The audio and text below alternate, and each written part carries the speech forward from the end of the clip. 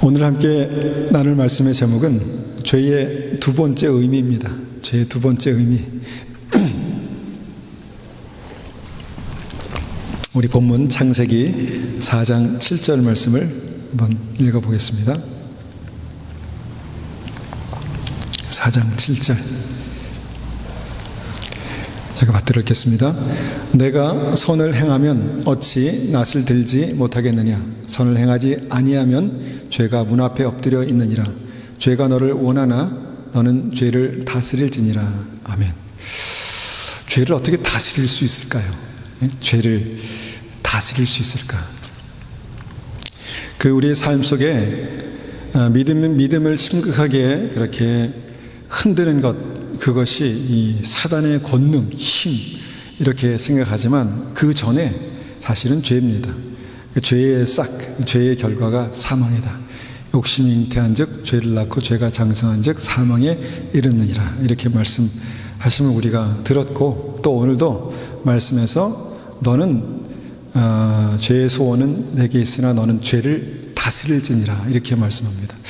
어떻게 죄를 다스릴 수 있을까? 어떻게 죄를 다스리고 내가 죄를 이기고 또 내 삶 속에 주님과 그렇게 동행하는 믿음으로 살 수 있을까?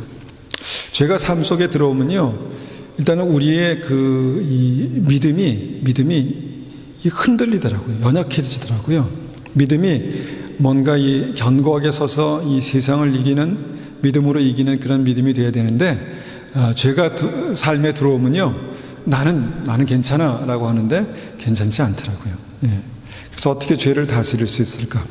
이 본문의 말씀은 가인이 하나님 앞에 예물을 드렸을 때, 제단을 쌓고 예배를 드렸을 때 하나님께서 가인의 예배를 받지 않으셨습니다. 그랬을 때 가인의 예배는 받지 않으시고 동생 아벨의 예배는 받으심을 그가 보면서 화가 났을 때 주님께서 하신 말씀입니다. 화가 났을 때 너는 죄가 문 앞에 엎드려 있다 이렇게 말씀하시고, 죄의 소원은 내게 있으나 너는 죄를 다스려라 이렇게 말씀하셨는데, 죄를 다스리지 못해서 동생을 들로 불러서 동생을 쳐 죽였습니다. 이 말씀을 하시기 전까지는 가인의 삶에 큰 문제가 없었습니다. 그런데 참 재미있는 사실은 하나님의 말씀을 들은 직후에 동생을 살인하는, 돌로 쳐 죽이는 그런 사고가 발생했다는 것입니다. 저는 이제 늘 익숙한 말씀이기 때문에 그냥 이제 이 말씀을 넘어갔지만, 한번 깊이 생각해 보니까 하나님을 믿었잖아요. 그러니까 예배를 드렸겠죠. 하나님의 그 임재 앞에서 예배를 드렸기 때문에 하나님의 말씀을 들었겠죠. 이 말씀, 오늘 본문의 말씀을 들었겠죠. 그런데 크리스천 가인이 어떻게 사람을 죽일 수 있을까? 어떻게 동생을 죽일 수 있을까? 이것이 죄의 독성입니다. 죄의 힘입니다. 사람이 어디까지 악해질 수 있을까? 가끔 우리가 이제 뉴스나 그런 것을 보면서 그런 얘기를 할 때가 있습니다. 사람이 어디까지 약해질 수 있을까? 설마 그 사람이 그럴 줄 몰랐다. 그런 얘기를 합니다. 설마 그 사람이 그럴 줄 몰랐다. 그럴 때마다 제가 생각하는 건 뭐냐면, 사람은 믿음의 대상이 아니구나. 사람은 믿음의 대상이 아니라 그냥 신뢰해주는 어떤 긍휼과 사랑의 대상이구나. 이렇게 이제 생각하게 되죠. 인간이 떨어질 수 있는 그 죄의 바닥, 그 한계는 어딜까? 그게 지옥이겠죠. 결국은 우리가 그렇게 그 삶 속에 정말 어떻게 사람이 그럴 수 있어? 그 바닥이 이제 지옥이 되는 것이죠. 얼마 전에 참 입에 올리기도 그런 어떤 사건이 이제 한국 뉴스에 나왔는데, 이제 의붓 엄마가 여행 가방 속에 아이를 가두어서 죽이는 그런 일이 있었습니다. 물론 죽이려고 그렇게 하지 않았다 이렇게 하겠죠. 그런데 죽이고 싶을 정도로 미워서 그 가방 속에 아이를 가뒀다는 것입니다. 이 사람은요, 뼛속까지 그렇게 죄입니다. 죄가 있습니다. 사람은 그럴 가능성이 있다는 것이죠. 오늘 이제 그 죄에 대해서 성경이 말씀하고 있다는 것입니다. 동생을 죽인 어떤 그 가인, 동생을 죽인 크리스천, 예배자, 하나님의 음성을 듣는 사람, 가인. 이렇게 이제 우리가 볼 수 있다는 것입니다. 우리가 보면 그 희한하게 주일날 그렇게 다툼이 많이 일어납니다. 주일날 가정에서 여러 가지 일들이 많이 일어나는데 혹시 그렇지 않은가 모르겠습니다. 제가 억지로 동의를 구하는 건 아니고 하여튼 주일날 그런 다툼이 많이 일어나는 것을 봅니다. 또 희한하게 교회 안에서 믿음이 있는데 우리가 믿음의 사람들끼리 그렇게 이제 서로 판단하고 다툼이 생기는 일들도 있다라는 것입니다. 많은 크리스찬들이 믿음 안에서 교회 안에서 예배를 드리면서도 그렇게 이제 마음으로 미워하고 마음으로 살인하고 마치 가인처럼 그렇게 되는 것, 그것이 이제 현실이다라는 생각을 해보게 됩니다. 그런데 그렇게 될 수 있는 것을 우리가 알면서도 크리스찬들이 죄에 대해서 그렇게 방심하는 이유가 뭘까? 믿는 구석이 있다는 것입니다. 사망 권세를 이기신 예수님을 믿는다는 것이죠. 예수님께서 십자가에서 우리의 모든 죄의 문제를 해결하셨다라는 것을 믿기 때문에, 믿는 구석이 있기 때문에 우리가 어떤 면에서는 죄에 대해서 너무 안일하게 그렇게 대처하는 게 아닌가, 이런 생각을 해보게 됩니다. 그 말씀이 히브리서 12장 2절에 있는 말씀이에요. 히브리서 12장 2절에는 이렇게 말씀합니다. 믿음의 주여 또 온전케 하시는 이 예수를 바라보자. 그는 그 앞에 있는 기쁨을 위하여 십자가를 참으사 부끄러움을 개의치 아니하시더니 하나님 보좌 우편에 앉으셨느니라. 주님께서 십자가에서 다 이루셨습니다.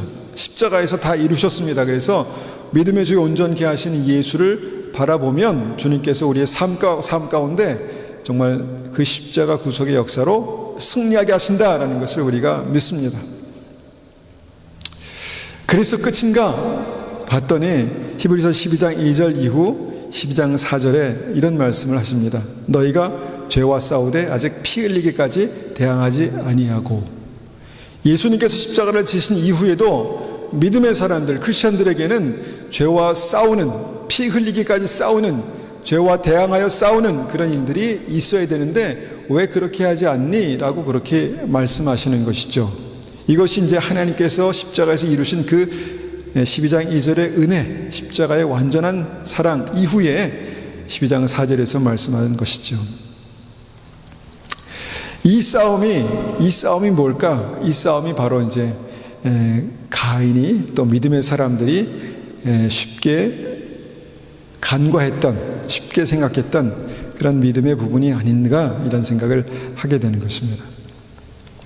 이 싸움이 왜 필요한가 봤더니 이 싸움이 있어야 우리의 믿음이 정말 성숙한 믿음으로, 우리의 믿음이 이기는 믿음으로 그렇게 나아갈 수 있다는 것입니다. 그래서 주님께서 다 이루신 후에도 내가 죄와 피 흘리기까지 싸워야 한다라는 그런 말씀을 하신 것입니다. 주님께서 출애굽에서 건지신 이후에도 광야에서 내가 내 삶을 쳐서 복종시키는 그 믿음에 대해서 말씀하신 것과 같은 것이죠. 그래서 내가 내 영이, 내 혼과 육이 믿음 안에 있어도 정신 차리고 죄와 싸우는 그 믿음에 서 있지 않으면 위험할 수 있다라는 그 말씀을 오늘 함께 나누기 원합니다. 여러분, 우리가 알고 있는 바대로 우리가 너무 쉽게 받아들이지만 자세히 뜯어보면은 이럴 수 있을까라는 그런 일들이 이제 많은데, 이제 그게 가룟 유다가 그랬다는 것이죠. 예수님께서 택하셨고 제자가 됐고 또 예수님을 따랐고 복음을 들었고 또 예수님 말씀을 직접 들으면서 기적과 능력을 같이 보았고, 그러다가 그가 결국 예수님을 버렸다는 것입니다. 결국 예수님을 버렸는데 그 이유가 뭘까? 그 이유가 성경에 나온 그 단서, 그것이 뭐냐? 그가 쉽게 생각했던 죄라는 것입니다. 그 쉽게 생각했던 죄를 이기지 못하고 죄와 싸우지 않고 그를 방치하다 보니까 나중에는 예수님을 버린 어떤 그 믿음의 사람이 됐다라고 성경은 말씀하고 있습니다. 하나님께 예배를 드린 후에 하나님의 말씀을 직접 듣고 동생을 죽인 가인이나 예수님의 선택을 받고 제자가 되어서 예수님을 따라 믿음의 삶을 살다가 예수님을 버린 가룟 유다를 보면서 우리의 믿음은 끝까지 승리하는 믿음, 우리는 끝까지 이기는 믿음, 이것을 위해서 어떻게 우리가 죄를 다스릴 수 있을까? 죄를 이길 수 있을까? 죄를 다스릴 수 있을까? 죄를 이길 수 있을까를 생각해 보기 원합니다. 다시 본문으로 돌아가서 창세기 4장 7절에 죄의 소원은 내게 있으나 너는 죄를 다스릴지니라 라고 말씀하신 하나님의 이 말씀을 한번 자세히 우리가 보기 원합니다. 우리가 이 말씀을 그냥 이게 읽다 보면요, 이걸 오해할 수가 있어요. 그런데 오늘은 이것을 좀 더 자세히 좀 구체적으로 우리가 보기 원하는데, 죄의 소원은 내게 있으나 라는 말씀을 들으면 이 말씀을 앞뒤 전후 이렇게 정황을 잘 살펴보지 못하면 오해할 수 있다는 것입니다. 어떻게 오해하는가? 나는 죄인이다. 맞습니다. 나는 죄인입니다. 그런데 그래서 나는 죄를 원한다 이렇게 생각합니다. 나는 죄인이다. 그래서 나는 죄를 원한다. 그래서 내가 문제다. 내가 죄를 시작하니까 내가 문제다. 이렇게 이제 생각하는데요. 오늘은 여기에서 우리가 한번 좀 다르게 이 말씀을 보기 원합니다. 이 말씀을, 이 구절을 이제 원어 성경을 비롯해서 다른 버전의 성경들을 보면요, 창세기 4장 7절에 너는 죄의 소원은 내게 있으나 너는 죄를 다스릴지니라는 어떤 이 말씀을 원문으로 다시 번역한 말씀이 이렇게 이제 쉬운 성경은 말씀합니다. 죄는 너를 다스리고 싶어 하지만, 죄는 너를 다스리고 싶어 하지만 너는 죄를 다스려야 한다라고 말씀합니다.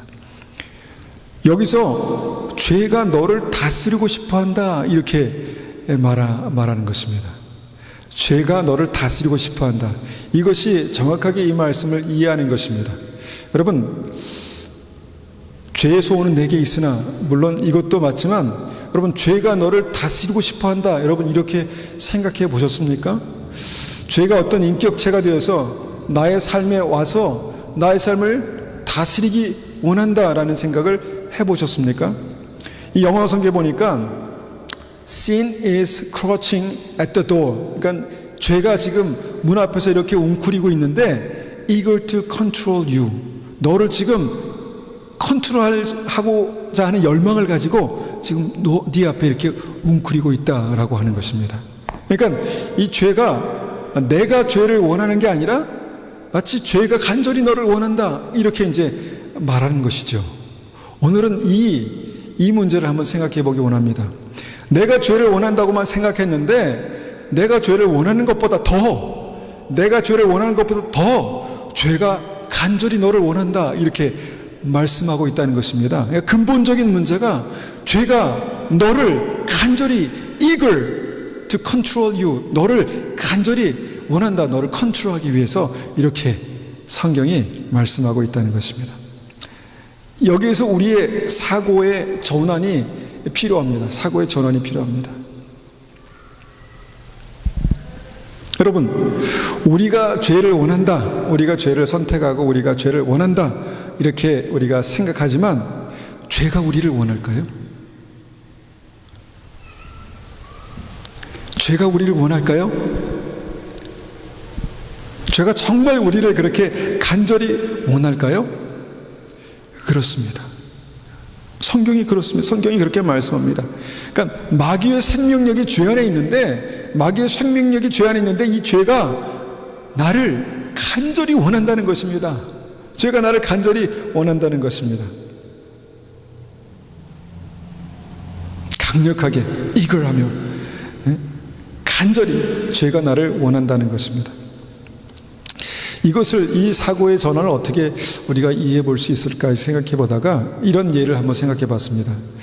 이 어린아이가 아이스크림을 진짜 좋아하는 어린아이가 있습니다. 근데 너무 어려서 사리 분별이 잘 안 되는 거예요. 그런데 유괴범이 그 어린아이를 잘 보고 있다가 이제 이 아이를 훔치려고 아이에게 다가갑니다. 그래서 정말 맛있는 아이스크림을 주면서 자, 나랑 같이 가자 이렇게 말하는 것이죠.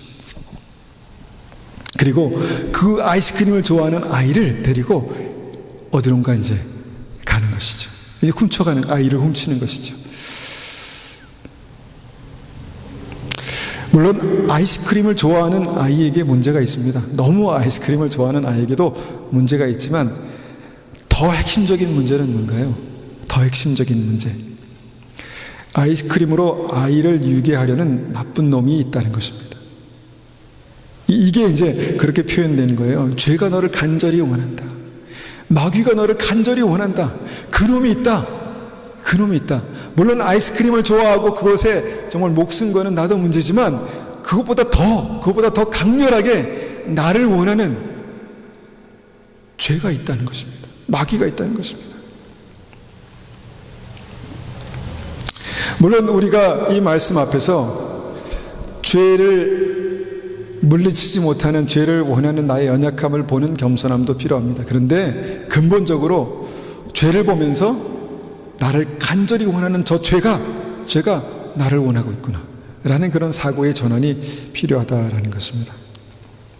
이제 이것을 이제 알면, 이렇게 이제 우리의 사고가 조금 전환이 되면 이제 우리가 어떻게 적용하냐면, 우리가 간절히 죄를 원하는 그 상황에서는요, 스스로를 정죄합니다. 그래, 내가 그렇지 뭐. 그래, 나도 안 돼. 그래, 나도 포기야. 나도 널 포기했어. 이렇게 된다는 것입니다. 자신을 정죄하고 자신을 내려놓는, 포기하는 그런 일들이 있다는 것입니다. 그런데 여러분, 죄가 나를 간절히 아주 강력하게 원한다라고 우리가 생각을 하게 되면, 내가 이것을 절제해야지. 여기서 끊어야지. 이렇게 이제 생각을 바꿀 수 있다는 것입니다.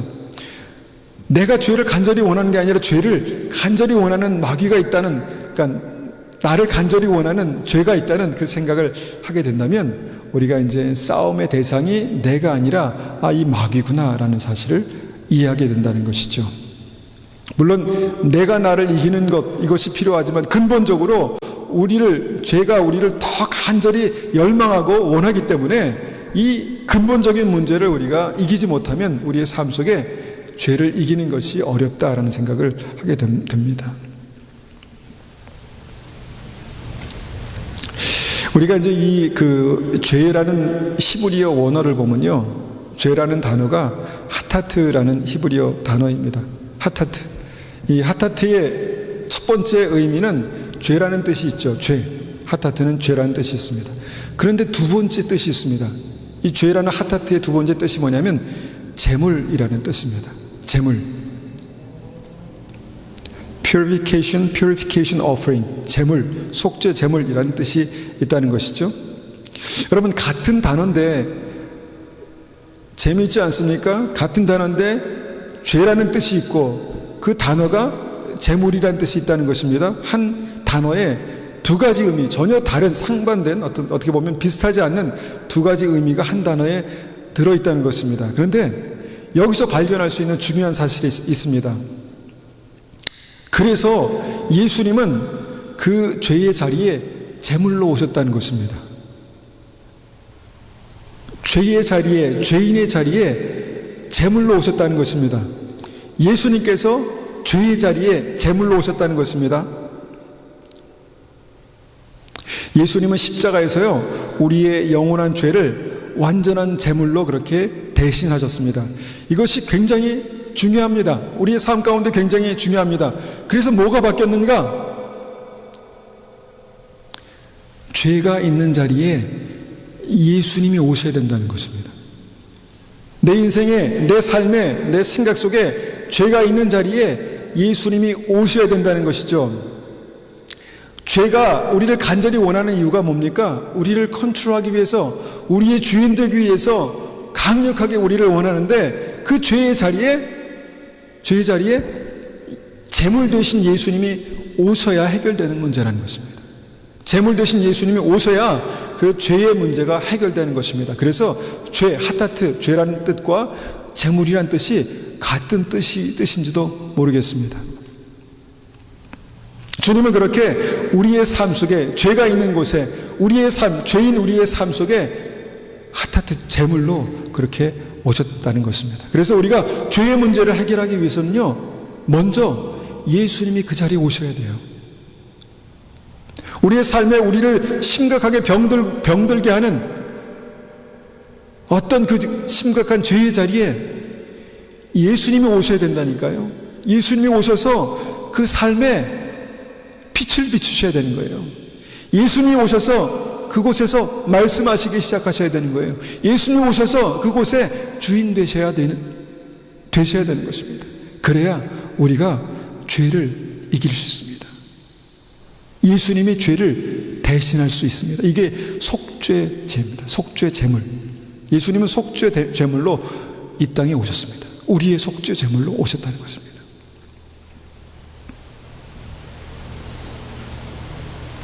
여러분, 우리의 삶에 그 죄가 습관적으로 시작되는 자리가 있습니다. 죄가 습관적으로 시작되는 장소가 될 수도 있고요, 생각이 될 수도 있고요, 상황이 될 수 있습니다. 죄가 습관적으로 시작되는 그 자리에 예수님이 오셔야 된다는 것입니다. 어떻게 오실까요? 어떻게 오실 수 있을까요? 어떻게 오실 수 있을까요?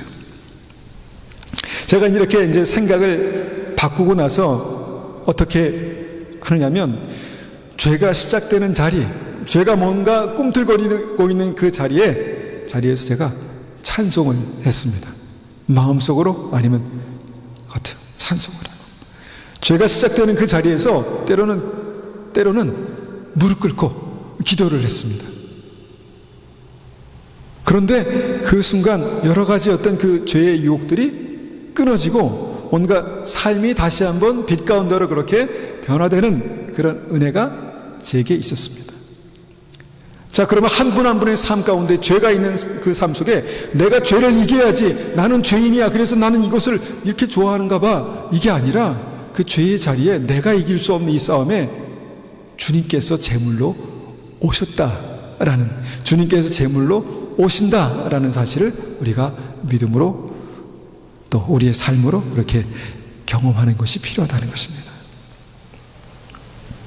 그래서 죄라는 하타트라는 단어가 죄와 제물에 같다라는 그 사실입니다.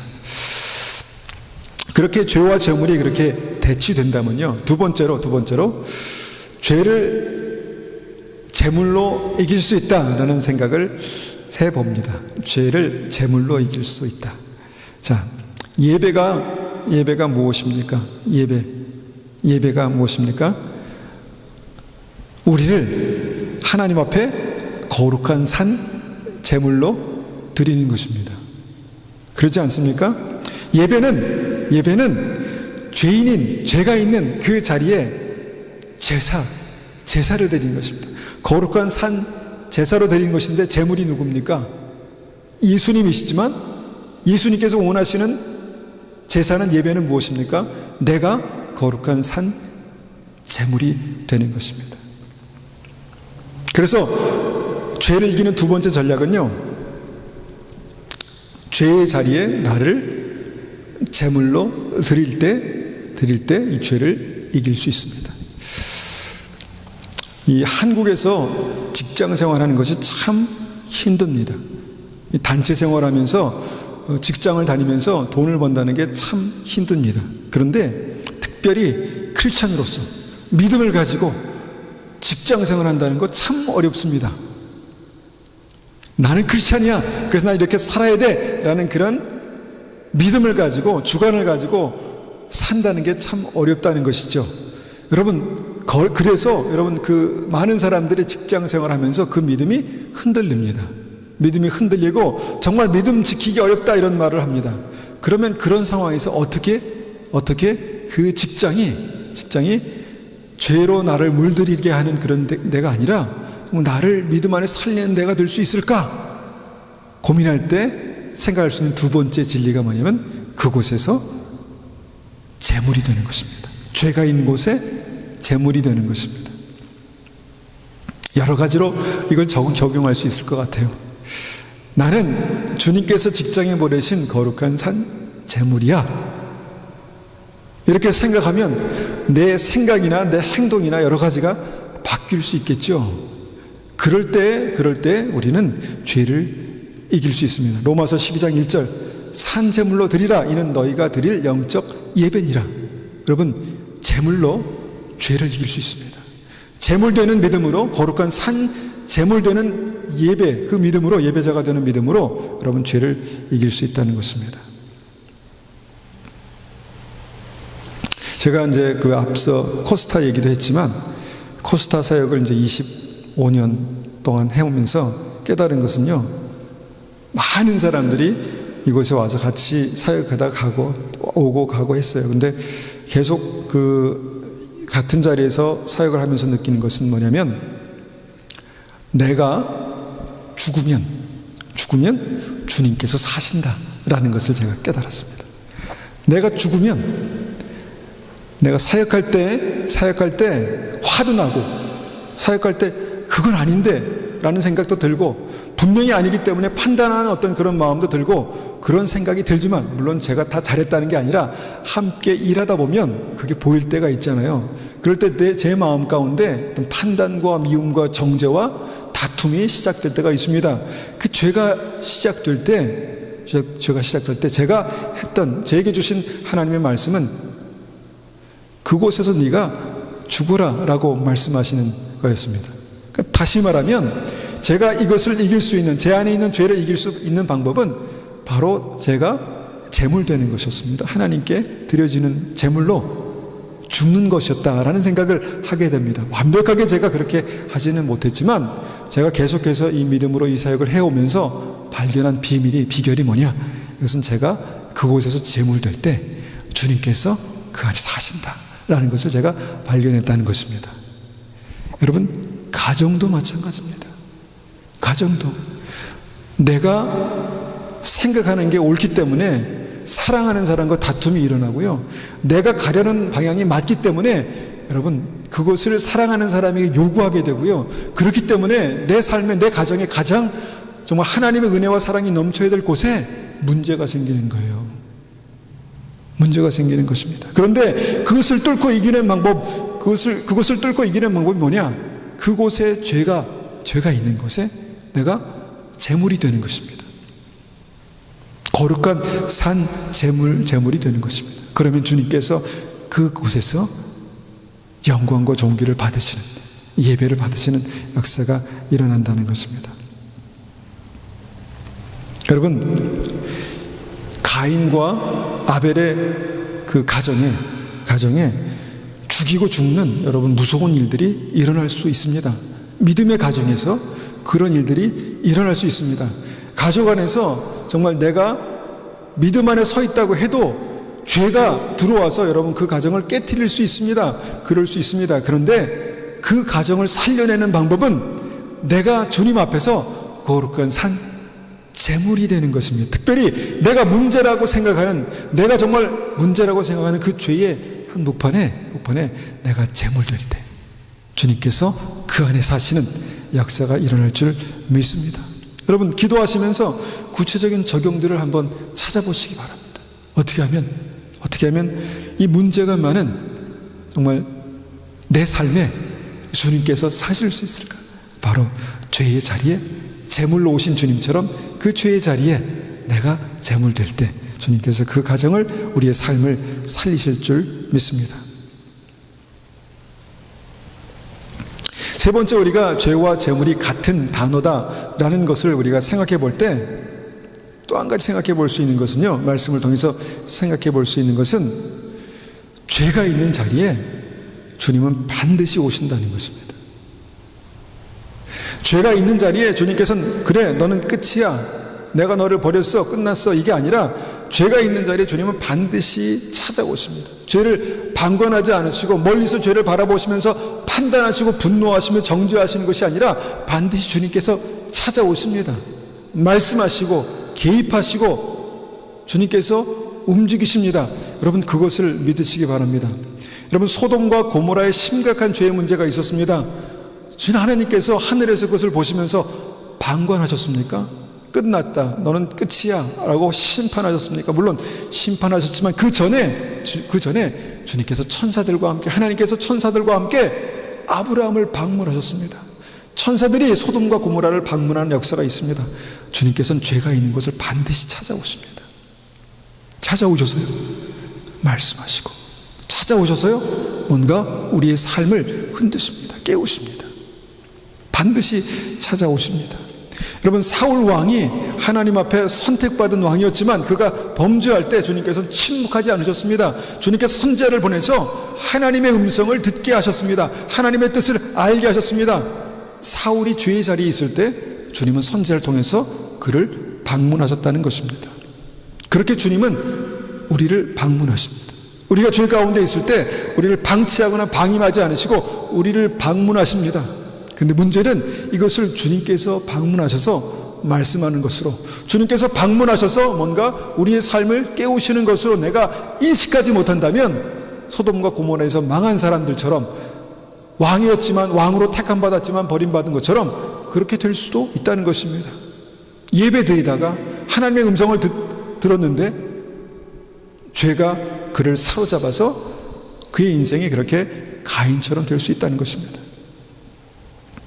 유다가 예수님을 배신하고 은삼십에 팔았을 때 예수님은 가룟 유다를 개인적으로 만나 주셨습니다. 물론 제자들과 같이 있었지만 두 번씩이나 가룟 유다에게 말씀하셨습니다.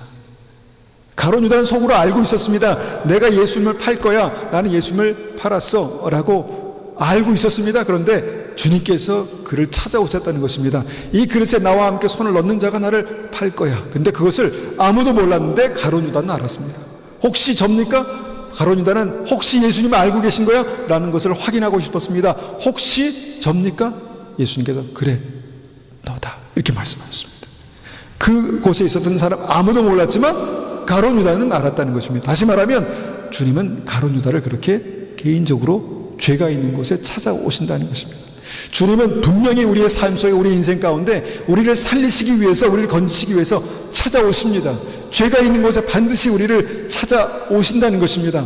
이것이 죄와 재물이 한 단어로 되어 있다는 어떤 그 말씀의 진리 가운데 우리가 볼 수 있는 하나님의 진리 말씀입니다. 결론을 말씀드립니다. 여러분, 죄가 나를 간절히 원합니다. 내가 죄를 원하는 것보다 죄가 더 나를 간절히 원합니다. 그래서 죄에게 나를 뺏기지 않기 위해서는요, 나를 정죄하고 나를 패는 게 먼저가 아니라 여러분, 사단을 이기고 죄를 절제하고 이것을 끊어버리는 어떤 그런 은혜가 우리에게 필요합니다. 우리가 죄인임을 주님 아시고 우리를 찾아오셨습니다. 우리가 할 수 있는 것은 나를 정죄하고 나를 포기하는 것이 아니라 주님을 온전히 신뢰함으로 주님을 그 죄의 자리에 모시는 것입니다. 죄를 이기는 방법은 죄의 자리에 산 제물이 되는 것입니다. 예수님처럼 그 십자가의 죄의 자리에, 우리의 모든 죄가 있는 그곳에 주님께서 산 제물로 오신 것처럼 내가 죄가 있는 그 자리에서, 정말 내가 해결할 수 없는 그 죄의 자리에서 산 제물이 될 때 주님께서 그 죄를 이기고 승리하게 하시는 은혜가 우리의 삶 가운데 있을 줄 믿습니다.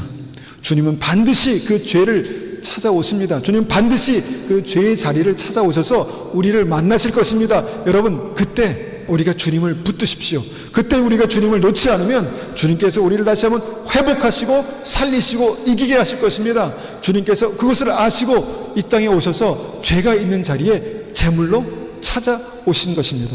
우리의 삶이 그런 은혜 가운데 있기를 간절히 축원합니다. 우리가 죄의 자리에 제물로 오신 주님을 기억하면서 죄를 이기고 또 우리의 믿음이 끝까지 승리하여서 주님 마지막 때 주님께서 그 보좌 앞에서 착하고 충성된 종아 잘했다, 수고했다 말씀하시는 그런 은혜가 우리에게 있기를 간절히 원합니다. 한번 같이 기도하겠습니다.